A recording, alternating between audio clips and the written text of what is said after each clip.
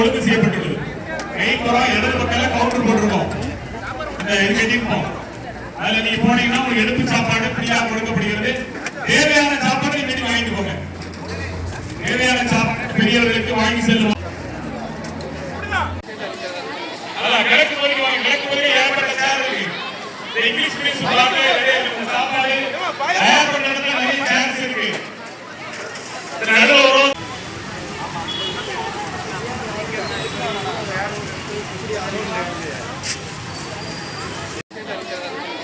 கிழக்கு பகுதிக்கு வாங்க. கிழக்கு பகுதியில் ஏற்பட்ட சேர் இருக்கு. இங்கிலீஷ் மீடியம் சாப்பாடு தயார் பண்ண இடத்துல நிறைய சேர்ஸ் இருக்கு.